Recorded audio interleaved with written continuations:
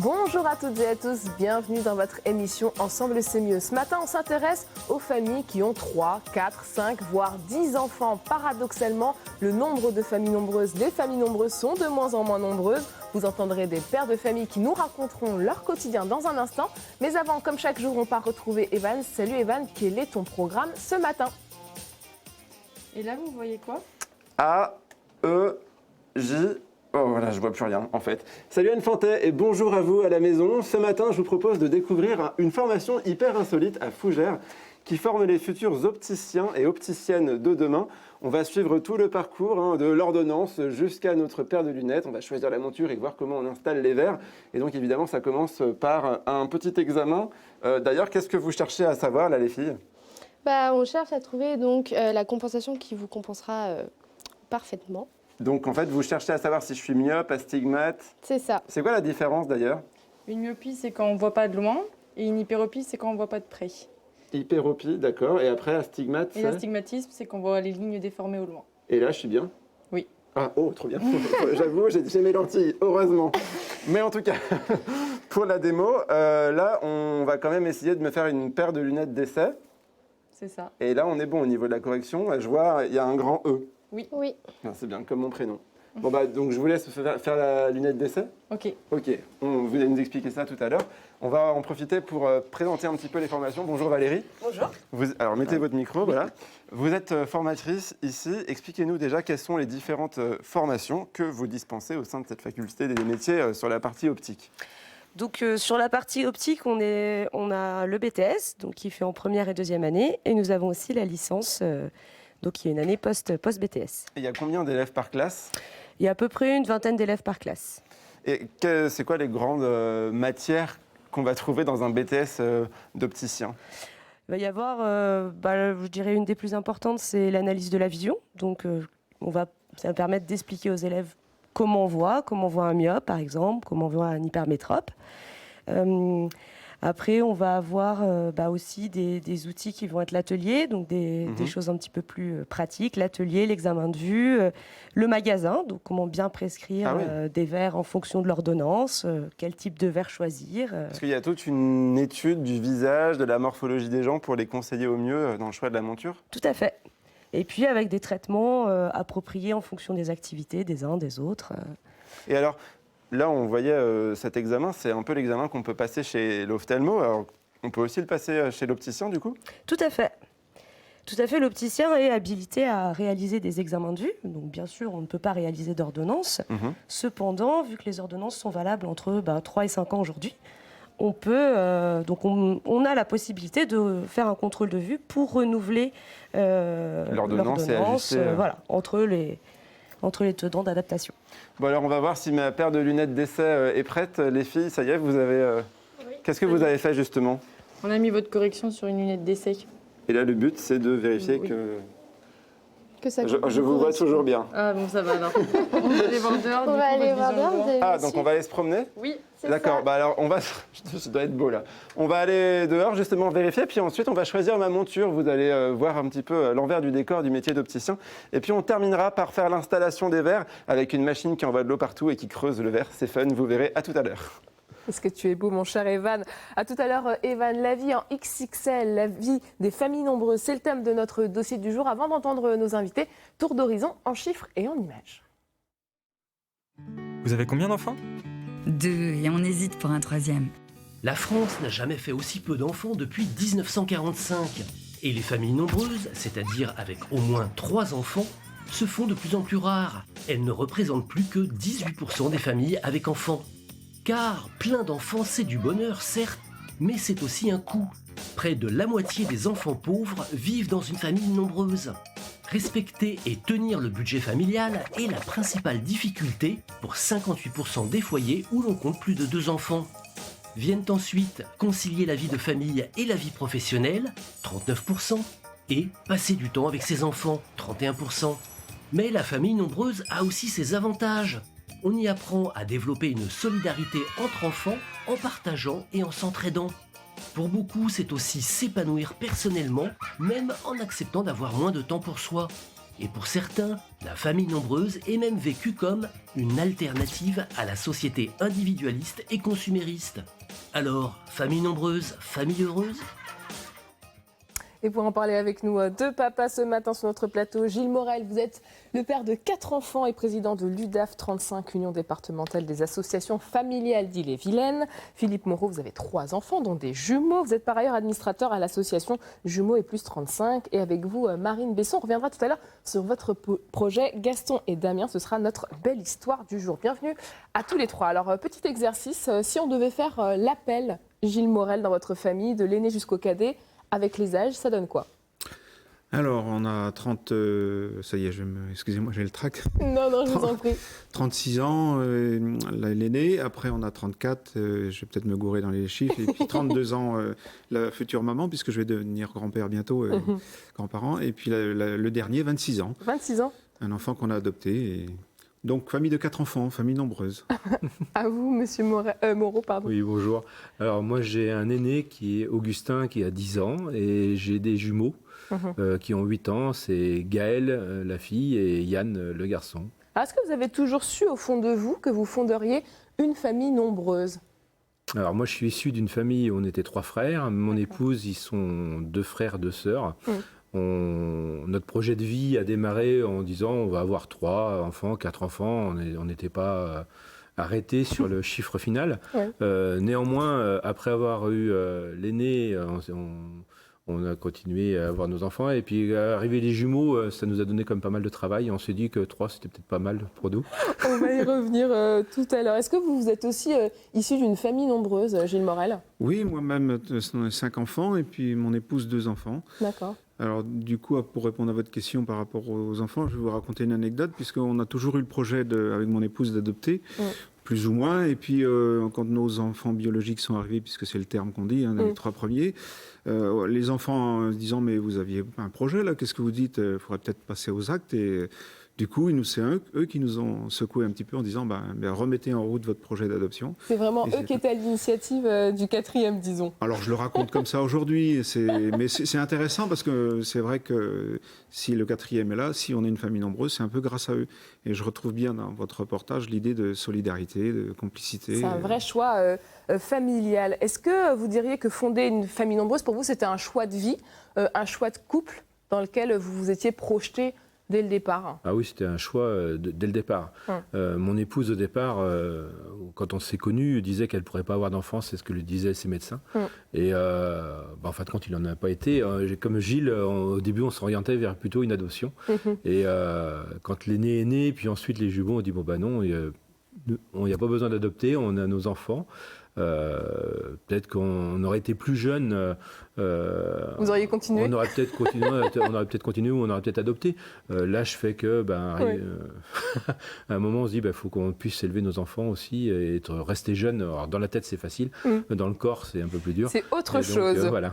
Alors, ce sont des journées denses. On se dit 24 heures, ça ne suffit pas. C'est vrai que quand on pense famille nombreuse, on pense joie, mais aussi difficultés au quotidien. Oui, alors parce que c'est un peu loin, moi, parce que mes enfants sont grands, mais ça, c'est quand même pas si loin que ça. Effectivement, je pense à l'achat d'une voiture. Alors quand on a une famille de plus de 4 enfants, il faut un type 7. Alors je ne vais pas donner de marque, mais il y a des concessionnaires qui sont spécialisés et c'est un achat supplémentaire. C'est les vacances, c'est le choix du temps partiel. Alors mon épouse ne l'avait pas fait, elle était infirmière. Alors je me vois encore, moi, parce que j'avais un temps plein, mais ordinaire, si je puis dire. Donc, je me vois encore aller chercher les enfants à la crèche familiale, puisque c'était une assistante maternelle. Donc, et puis dire à ceux qui faisaient les réunions tard, il y a des enfants à aller chercher. C'est pas que les mamans qui vont chercher les enfants à la crèche. Donc, c'est des choix à la fois d'organisation, choix professionnel aussi. Choix professionnel, exactement, puis financier, parce qu'à un moment donné, c'est pas là qu'on fait des économies. Philippe Moreau, est-ce que l'un de vous, dans votre couple, a dû mettre entre parenthèses sa carrière professionnelle pour pouvoir s'occuper des enfants? Le choix pour s'occuper des enfants, au début, il y a bien sûr le congé parental que mon épouse a pris, c'est un congé de droit, mais ça a une fin. Et donc après, il faut trouver des modes de garde, comme disait Gilles, qui sont les assistantes maternelles ou les crèches, ou privées ou publiques, et en fonction des moyens des familles. Et nous, on a la chance d'avoir des jumeaux. Je dis que c'est une chance, mais c'est beaucoup de travail, mais c'est aussi beaucoup de difficultés, ne serait-ce que pour le mode de garde. C'est ce que vous disiez, c'est compliqué de faire garder ses enfants. Des jumeaux, c'est difficile, mais des triplés, c'est encore plus. On dira pas pire, mais... Non, c'est pas pire, non, c'est 3 fois plus d'amour et non pas 2 fois plus. Mais c'est néanmoins des grandes difficultés sur le choix de mode de garde. Et on s'aperçoit que beaucoup d'assistantes maternelles partent à la retraite et ne sont pas remplacées, que les crèches sont pleines et arrivent à libérer une place de temps en temps, mais il nous en faut 2. Et c'est vraiment une très grande difficulté pour la reprise du travail pour les mamans, qui, au bout d'1 an, 2 ans, 3 ans sans travail, ont encore plus de mal à se réinsérer dans la vie professionnelle. C'est un cercle vicieux. C'est un choix de vie qui n'ont pas choisi, mais imposé pratiquement. Et est-ce qu'il y a des jours où vous vous sentez dépassé? Parce que moi, je n'ai qu'un enfant et parfois, je ne suis pas loin. Quel est votre pire souvenir, par exemple, Gilles Morel?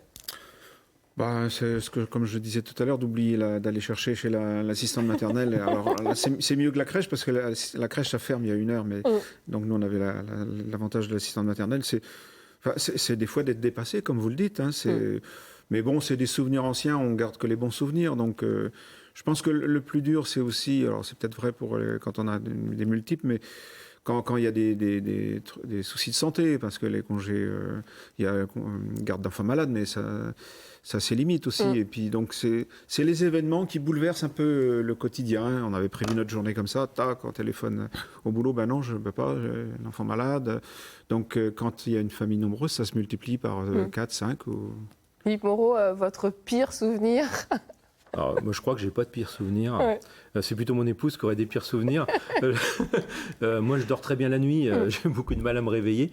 J'ai réussi à me réveiller, je crois, 2 ou 3 fois seulement, parce que je savais que mon épouse était complètement épuisée. Il fallait absolument que ce soit moi qui prenne la relève.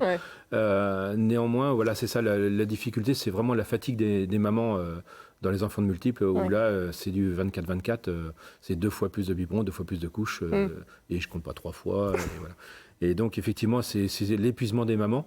Et il y a des solutions par des associations, par des aides ménagères, des aides à domicile. Il faut y penser d'ailleurs. Il faut y penser, il ne faut surtout pas laisser passer le train. Il faut se faire aider le plus vite possible. Mais néanmoins, c'est pareil que pour les assistantes maternelles, c'est très difficile d'en trouver. Il y en a de moins en moins, notamment les TISF, qui, elles, sont habilitées justement à pouvoir garder les enfants toutes seules sans la maman. Et la maman, ça lui permet d'aller prendre soin d'elle, d'aller voir l'esthéticienne, d'aller passer son permis, faire des leçons de code, des leçons de conduite, aller voir le médecin, ne pas s'oublier quand aller on faire devient sa parent, rééducation du Pyrénées, par exemple. Tout ça se fait grâce justement aux aides ménagères. Et il faut absolument que les mamans prennent soin d'elles. C'est important de ne pas s'oublier. Alors le temps, c'est précieux. Comment on consacre du temps à chaque enfant? Parce qu'on ne peut pas se démultiplier quand ils sont nombreux. Oui, enfin, ça se fait, hein, comme avec un enfant, je pense, mais bon, il y a une intention particulière, surtout que, bon, dans un de mes enfants a un handicap, donc c'est plus d'attention, mais je pense que ça se régule aussi dans la fratrie en fonction il faut bien consacrer du temps à chacun, parce que aussi ça peut marquer et laisser des traces à l'avenir, mais ça c'est un autre débat. Mais comment on est équitable, quoi. Il y a de l'autonomie, de l'entraide entre de la fratrie, ça ce n'est pas un cliché. Non. C'est ça qui aide aussi. Oui. Ouais, je pense que c'est un des avantages d'une famille nombreuse, quoi. Mais je voulais revenir aussi sur ce que vous disiez précédemment, c'est ce que certains appellent dans certains lieux le non-recours. Et effectivement, quand on est une famille nombreuse, on n'a pas toujours... Alors, on cite souvent la carte famille nombreuse SNCF. Bon, c'est un peu un cliché, encore que c'est bien utile quand on prend le train, mais toutes les familles ne prennent pas le train. Mais je pense qu'il y a un certain nombre de possibilités qui ne sont pas vraiment connues ou assez développées. Et justement, dans vos associations, vous pouvez fournir ces informations, accompagner les familles. C'est le rôle de Jumeaux et Plus, justement, qui est une association pour justement les parents de multiples, où on les aide moralement sur de la préparation à la naissance jusqu'à la majorité des enfants. Et puis, ça, c'est la partie morale, mais il y a la partie physique. On fait de l'allocation de matériel puéricultrice, des poussettes doubles, des poussettes triples, des parcs, mais on fait aussi de l'aide par des biais de partenariats. On essaie de trouver des entreprises dans le tourisme, dans les vêtements, dans les jouets, qui peuvent nous faire des promotions à l'année pour aider nos familles. Ça peut être même aussi pour les couches, pour l'alimentaire. Alors, on a reçu un certain nombre de témoignages. Alors, il y a aussi un certain nombre d'idées reçues sur les familles nombreuses. On va écouter le témoignage d'Élodie, qui est mère de 5 enfants, dont des jumeaux, ou des triplés, je crois. Il ne faut pas oublier aussi qu'au quotidien, en tant que famille nombreuse, lorsqu'on sort, qu'on se promène ou que simplement on va faire ses courses, il y a 2 choses qui reviennent très souvent. La première, c'est les regards déplacés, parce que plus on est nombreux, plus ça interpelle. Et la deuxième, c'est les questions qui reviennent souvent du type mais pourquoi vous avez fait ça ? Vous avez fait des enfants, de toute façon c'est pour l'argent, c'est pour rester chez vous. Voilà, c'est les questions qui reviennent souvent. Et ce qu'il faut aussi répondre, c'est que voilà, balayez devant votre porte, vous n'êtes pas chez nous, vous ne pouvez pas savoir. Philippe Moreau, je vous voyais rire jaune pendant le témoignage. Non, pas jaune, je suis amusé parce que nous, on n'a que des jumeaux, mais on n'a que 3 enfants, mais néanmoins, on a eu des réflexions aussi. On a notre aîné qui a seulement 2 ans de plus que les jumeaux, et ça m'est arrivé de me promener avec les jumeaux en poussette, et les jumeaux, je sais pas, ils devaient avoir 1 an, et puis un monsieur qui me dit, vous les avez fait rapprocher, j'ai regardé, j'étais un petit peu surpris, mais avec l'humour, ça passe très bien. Je lui ai répondu, bah oui, ils ont 2 minutes d'écart. Et lui parlait entre l'aîné et les jumeaux, et moi, je parlais que des jumeaux. Mais il suffit de recentrer le débat. Et puis, effectivement, mais je pense que Gilles, c'est pareil avec sa fille handicapée. Je pense qu'on a toujours des regards différents de l'extérieur. C'est pareil, je pense que pour l'enfant que vous avez dans votre classe.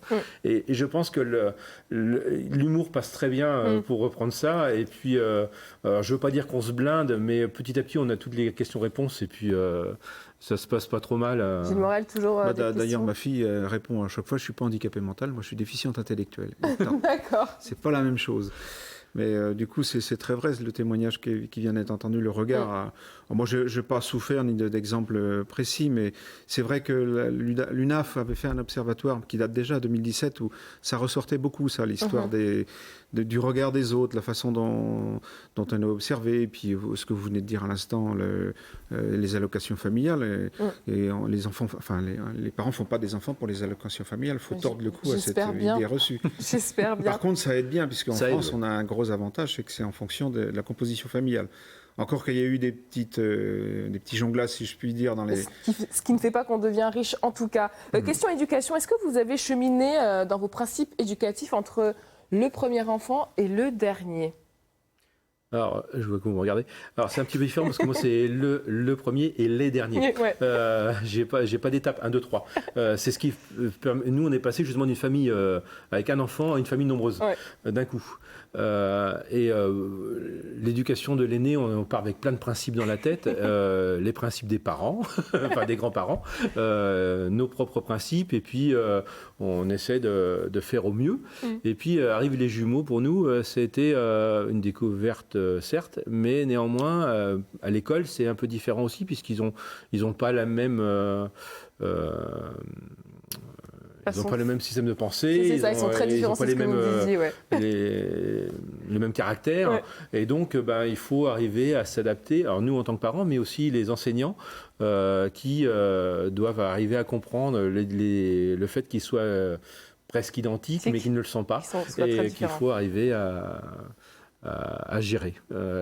Et vos principes éducatifs, Gilles Morel, ils ont valsé, bougé, évolué ? On a un peu une famille singulière, comme toute famille d'ailleurs, atypique, parce que, comme je vous ai dit, le dernier enfant a été adopté, donc venant de son pays d'origine, il avait quand même 7 ans, et on a complètement modifié notre façon de faire, puisque il n'était pas d'un pays francophone, il y a eu tout un apprentissage. D'ailleurs, avec le monde enseignant, ça n'a pas été toujours facile, mais il y a des possibilités, un peu comme avec des multiples, il faut rester dans le dialogue et les explications. Et puis, je pense que automatiquement, du premier au quatrième ou du premier au troisième, on n'a pas les mêmes comportements. Il y a toujours des changements. Merci beaucoup à tous les deux d'avoir témoigné dans notre dossier du jour. Allez, on part retrouver Evan qui s'est rendu ce matin à la faculté des métiers. Bon, je suis pas sûr que celle-ci, elle m'aille bien parce que c'est un peu comme celle de ma grand-mère. Camille, comment tu fais pour conseiller à tes clients le choix de la monture parfaite? Alors déjà, on va regarder la forme du visage.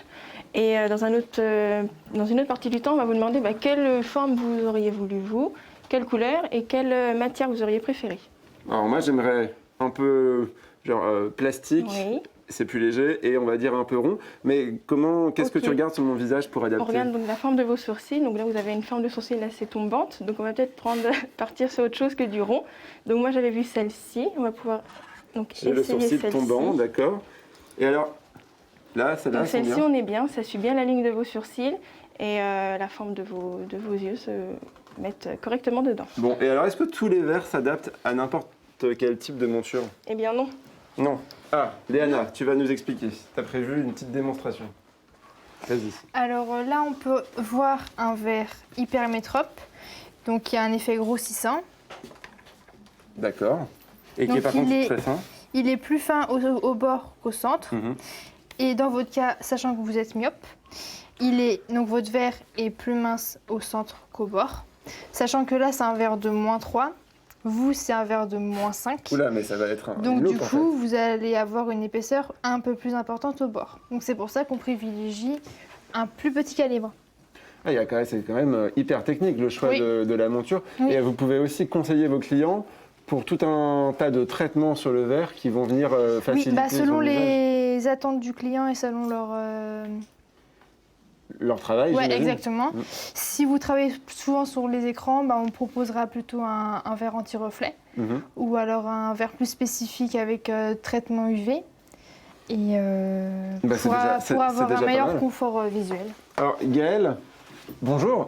Vous êtes formatrice à la formation de la faculté des métiers de Fougères en optique. Expliquez-nous un petit peu comment s'articule la formation. Est-ce que les étudiants ont un pied aussi dans le monde du travail? Oui, alors à la fin de la première année, ils ont un stage obligatoire de 6 semaines en magasin. Et après, certains d'entre eux choisissent de travailler en magasin sur le samedi, comme Camille, je crois. Oui. Ah, tu travailles où toi, Camille? Viens. Moi, je travaille à la boîte à lunettes de Plaintel. Donc, c'est une spécialiste enfant. Donc, on fait plusieurs adaptations de verres pour les enfants. Et tu travailles toutes les semaines, tous les week-ends? Je travaille tous les samedis. Voilà. Super. Et qu'est-ce qui... Ah oui, c'est ça la question que j'avais envie de vous poser. Au niveau des verres, est-ce que c'est vraiment du verre? Pas forcément. Celui-ci, par exemple, c'est de la matière organique. Donc c'est un verre qui est plus résistant au choc que ne pourrait l'être un verre minéral. La matière organique, pour moi, c'est du compost. Hein. Non, c'est une matière organique, c'est à base, c'est issu de l'industrie chimique, c'est une résine qui est durcie. D'accord. En fait. Donc ça permet d'être plus léger et peut-être... C'est 2 fois plus léger qu'un verre minéral. Et c'est beaucoup plus résistant au choc, donc le porteur est beaucoup plus en sécurité, du coup. Bon alors, qu'est-ce qu'on va faire maintenant? Qu'est-ce qui va se passer? Ok, je signe, j'achète cette monture, je commande ces verres amincis, évidemment. Qu'est-ce qui va se passer? Léana? On va commander les verres et ensuite on va envoyer la monture dans l'atelier. Donc l'atelier, c'est là où vous allez adapter le verre. C'est ça. Parce que sinon, évidemment, ça ne s'emboîte pas. Oui. Très bien. On va tailler le verre en fonction de la monture et on va insérer le verre dans la monture. Parfait. Et alors on se retrouve dans quelques minutes dans l'atelier. Cette fois-ci, vous allez voir cette fameuse machine qui va adapter mon verre énorme à cette monture hyper design qui me va à merveille. N'est-ce pas, Infante? Oui, ça te va à merveille. À tout à l'heure, Evan. Place maintenant notre volet emploi. C'est une des professions qui est en première ligne face au Covid. Coup de projecteur ce matin sur les coulisses du métier d'infirmière. Regardez. Bonjour madame, c'est l'infirmière. Il n'y a rien eu au niveau de la prise de sang, il n'y a pas eu d'anomalie. Je suis Nolwenn Flasselière, j'ai 28 ans et je suis infirmière en diabétologie depuis 4 ans.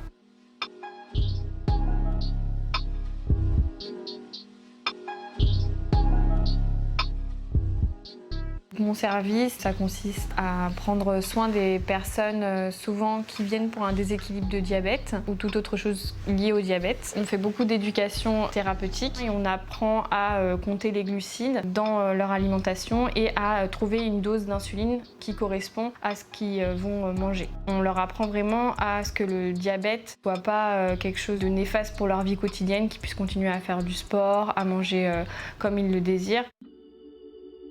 Le lecteur de glycémie. Donc ça va vous servir à vous contrôler, à contrôler le taux de sucre dans le sang à l'instant T. Le patient, il faut qu'il ait une relation de confiance avec l'infirmière et nous, il faut qu'on se mette à sa place, il faut qu'on soit empathique, qu'on soit à l'écoute et que du coup, il y ait une bonne relation qui s'instaure pour que le message passe mieux.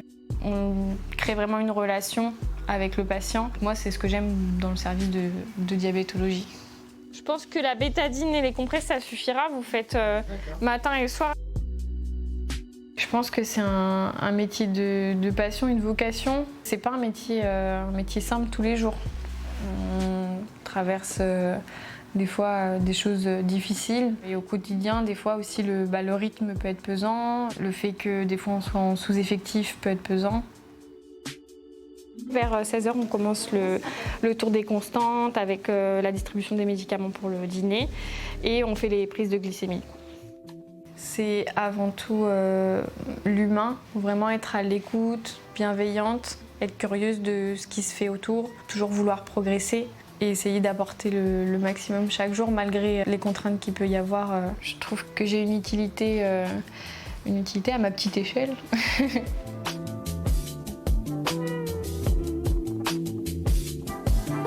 Je pense que ça apporte beaucoup à chaque infirmière de sentir qu'on est utile à la vie des patients. Voilà pour ce portrait de Nolwenn. Séverine Barxel de Pôle emploi Combourg nous a rejoint. Bonjour Séverine. Bonjour Anne-Fontaine. Alors on parle souvent d'infirmière parce que le métier est encore majoritairement exercé par des femmes. Et oui, 87% à peu près sont des femmes. Effectivement. Alors, un très beau métier qui a du sens. Hein. Alors Nolwenn officie dans un service de diabétologie, mais les missions peuvent être variées selon que l'on soit dans un milieu hospitalier ou libéral. Ah oui, tout à fait. Alors, on va dire en deux mots, je vais dire que c'est un maillon vraiment très important de l'équipe médicale. Alors, dans les soins, puisqu'il y a le soin, il y a la surveillance d'état de santé, il y a des gestes très techniques, hein, vous avez vu, on a vu même chez Nolwenn. Et puis, c'est un lien. C'est le lien entre le malade et le milieu hospitalier, c'est le lien entre le patient et la structure. On a vu que le relationnel est très important et quel que soit l'endroit où on va travailler, que ce soit l'hôpital, la clinique, les établissements scolaires, la médecine du travail, les entreprises, les maisons de retraite. On le sait, elles recrutent énormément puisque avec le Covid, on en a besoin et c'est un milieu où il y a vraiment besoin d'infirmières. Les centres de réadaptation et même dans les cabinets médicaux, on a maintenant des assistantes ou des assistants médicaux. Voilà, ils sont dans pas mal de domaines, c'est très très polyvalent. Hein. Et quelles sont les formations obligatoires pour exercer ce métier ? Alors, il faut le diplôme d'État. Ça, c'est incontournable, le diplôme d'État. Alors, pour la formation classique, j'ai envie de dire, les élèves qui sortent de terminale, hein, ça va être Parcoursup, hein, puisqu'il n'y a plus le concours qu'il y avait avant, hein, c'est Parcoursup. Et pour ceux qui sont en reconversion et qui ont déjà un diplôme de niveau bac, c'est Parcours plus Sup, donc c'est pareil. Et ceux qui sont en reconversion en ayant travaillé au moins 3 ans, peuvent faire, c'est sous épreuve, alors c'est une forme de concours, épreuve écrite, épreuve orale, etc., pour pouvoir intégrer également. Donc il y a quand même, on peut recruter des gens qui n'ont pas le bac en fin de compte du coup, hein. C'est possible aussi pour préparer ce DE qui se fait en 3 ans, hein, bien sûr, en institut de formation de soins infirmiers. Alors il y a plus de 600 postes à pourvoir en Bretagne, rapidement, oui. Quels sont les salaires, Séverine ? Alors, on démarre à peu près vers 1 800 € brut. Après, on peut monter et surtout, il y en a beaucoup qui vont se spécialiser, ou alors qui vont aller en libéral, puisque vous savez qu'au bout d'un certain temps, on peut très bien s'installer en libéral et là, on peut gagner un petit peu plus, même jusqu'à 2 500 €. Mais par contre, beaucoup d'heures. Il ne faudra pas compter ces heures. Voilà. Merci partout, c'est ça. Hein. Beaucoup de motivation. Merci beaucoup, Séverine, pour toutes ces infos. À la prochaine. Et ça faisait longtemps. Aujourd'hui, on vous raconte une belle histoire qui a opéré à Jean Guénaud de Gourin dans le Morbihan. Bonjour Marine Besson. Alors tout a commencé avec un petit garçon qui s'appelle Gaston et qui a 5 ans. Voilà, Gaston est arrivé chez nous il y a 4 ans, en petite section. Et sa maman était assez inquiète quand il est arrivé parce que c'est vrai qu'il est né avec une main en moins, donc il est né à génésie de la main gauche. Et la première chose qu'elle m'a demandé, c'est qu'est-ce que vous allez mettre en place pour Gaston. Donc moi je lui ai dit déjà, on va le laisser arriver, on va le laisser prendre ses marques et puis c'est lui qui va un peu nous guider aussi par rapport à ses besoins. Et en fait, on n'a pas mis énormément de choses en place parce que Gaston, il se débrouille quand même relativement bien. Par contre, c'est vrai qu'il y a des petites choses, comme par exemple le découpage, où on l'a aidé. Et puis, Gaston était assez pas inhibé, mais assez timide, assez Introverti, introverti. Quoi. Alors, Il était vous très étiez la observateur. maîtresse de Gaston et cette belle histoire, elle a fait tilt en vous après un flash info à la radio. Voilà, un soir, je rentrais de l'école et j'écoutais donc une radio nationale. Et ça parlait du Vendée Globe. Puis bon, moi, j'écoutais d'une oreille un peu distraite. Et à un moment, il parlait de Damien Seguin, skipper handicapé. Je me dis, bon, bah voilà, c'est très bien. Et puis, ils ont parlé de la génésie de la main gauche. Et là, bah, forcément, Gaston est arrivé dans mon esprit. Et je me suis dit, bah, il faut que je fasse quelque chose avec ça, quoi.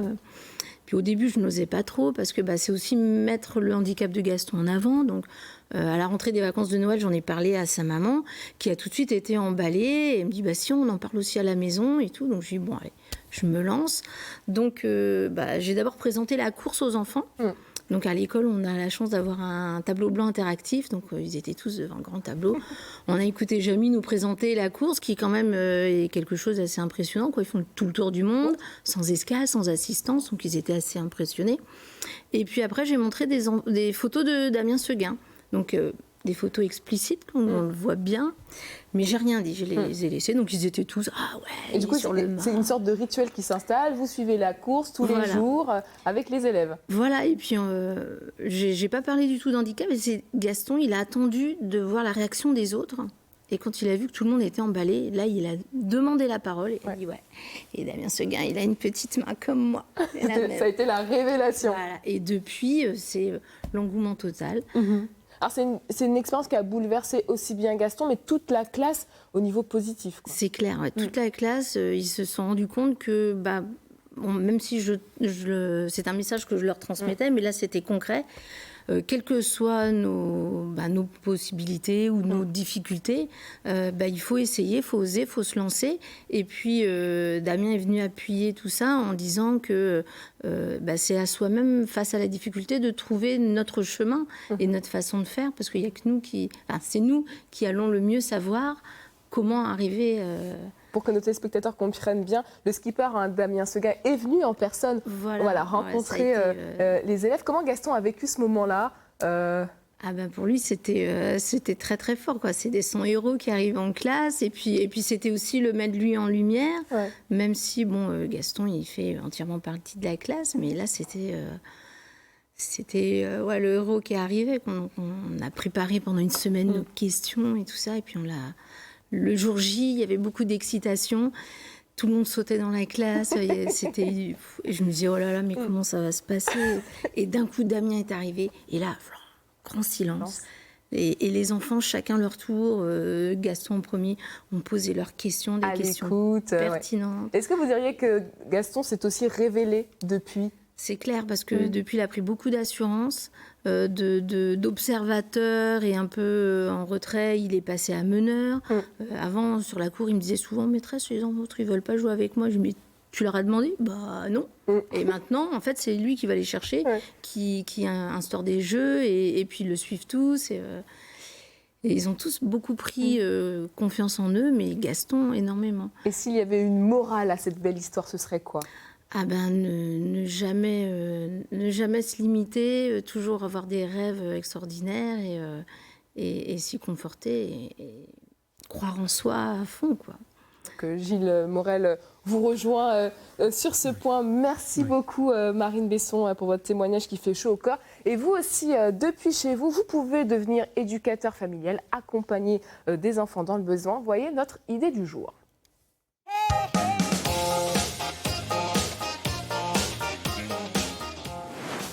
Alors, tu veux toujours devenir une maman SOS? Tu veux dire éducatrice familiale?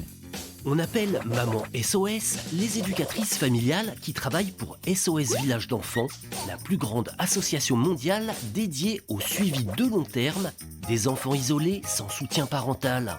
Et en France, SOS Village d'enfants recherche des candidatures. 17 villages sont implantés sur le territoire. On y accueille 800 enfants placés sur décision de justice, suite notamment à des problèmes de maltraitance ou de carences éducatives. Particularité du concept, préserver la fratrie et vivre ensemble sous le même toit. Marie-Ange a choisi de consacrer une bonne partie de sa vie à ses enfants. J'ai voulu faire ce métier car je voulais m'investir auprès des enfants qui en ont besoin. Donc, mon rôle auprès d'eux, c'est de les aider à grandir avec leurs frères et sœurs, dans un cadre familial et les aider aussi à se reconstruire en leur apportant de la stabilité et de l'affection. Pour postuler, pas besoin d'avoir un diplôme spécialisé. Il s'agit d'un CDI car il faut vous engager pour une longue durée. Vous vivez un minimum de 3 semaines par mois dans la maison avec 4 ou 6 enfants. Alors, ça vous tente ? Voilà pour notre idée du jour. Allons jeter un dernier coup d'œil du côté de Fougères où nous attend Evan. On apprend vraiment plein de choses dans cette formation qui justement prépare les futurs opticiens et opticiennes de demain. Cette petite boîte qu'on voit souvent chez les opticiens, ça s'appelle une péniche. Tout à fait. C'est fun. Bon alors, c'est tout, c'était juste la petite info en plus. On a choisi les montures tout à l'heure. Alexis, vous avez reçu, c'était très rapide, les verres du fournisseur. Exactement. Quelles sont les étapes qui nous attendent ? Eh bien, donc la première étape, c'est de prendre la forme de la lunette. Donc je la place ici et la machine va automatiquement me prendre les données nécessaires et la forme de la monture. Ah, c'est dingue. Des verres, et qui va me l'envoyer par la suite sur le matériel juste après. Ça va permettre en fait de vraiment découper la forme du verre. Exactement, exactement. Donc vous faites ça à chaque fois, et alors ensuite, avec ça, c'est le verre tel que tu le reçois du fournisseur. C'est ça, ouais. Alors, je te laisse nous expliquer ce que tu vas en faire. Alors du coup, je vais devoir le placer là-dessus, une fois que la machine m'aura envoyé les données nécessaires. Ça y est. Voilà, donc je place le verre, une fois que les centrages sont réalisés, avec les données que nous ont été fournies par le client, hop. Et par l'ordonnance. Et par l'ordonnance, je viens ventouser. Ouais, c'est hyper technique. Exactement. Hop, je reçois la forme ici et j'envoie directement à la machine pour qu'elle vienne tailler le verre à la forme de la monture. Et ça, ce process-là, il va durer combien de temps ? Entre 3 à 4 minutes. Et ensuite, bon alors on n'a pas le temps de montrer. Exactement. Et ensuite, ça te sort le verre qui est déjà taillé. Qui est déjà taillé sous cette forme-ci. Et donc j'ai juste par la suite besoin de venir directement le placer dans la monture. Ah, trop bien. Hop. Et voilà. Je n'oserais jamais faire ça. Ah bah, parfait. Merci beaucoup. Je ne verrai plus jamais les lunettes de la même manière. Bon, on verra peut-être que d'ici là, la machine aura fini son travail. Cédric, bonjour. Oui, bonjour. Vous êtes le responsable de cette formation ici à Fougères. Oui. Expliquez-nous qui peut y postuler.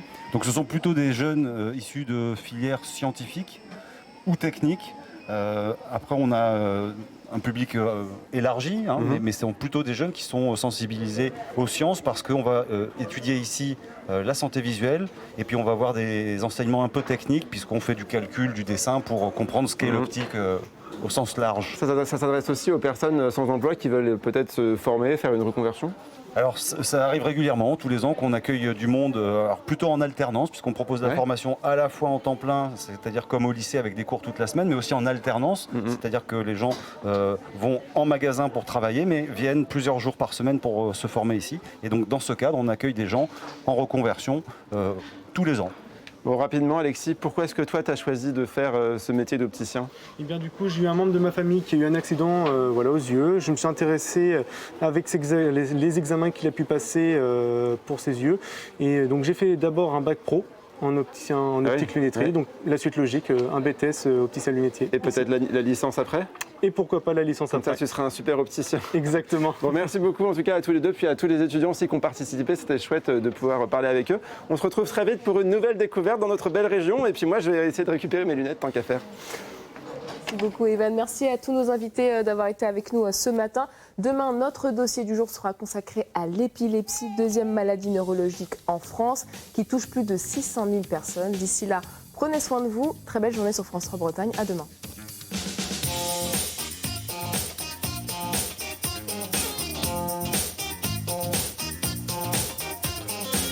Thank you.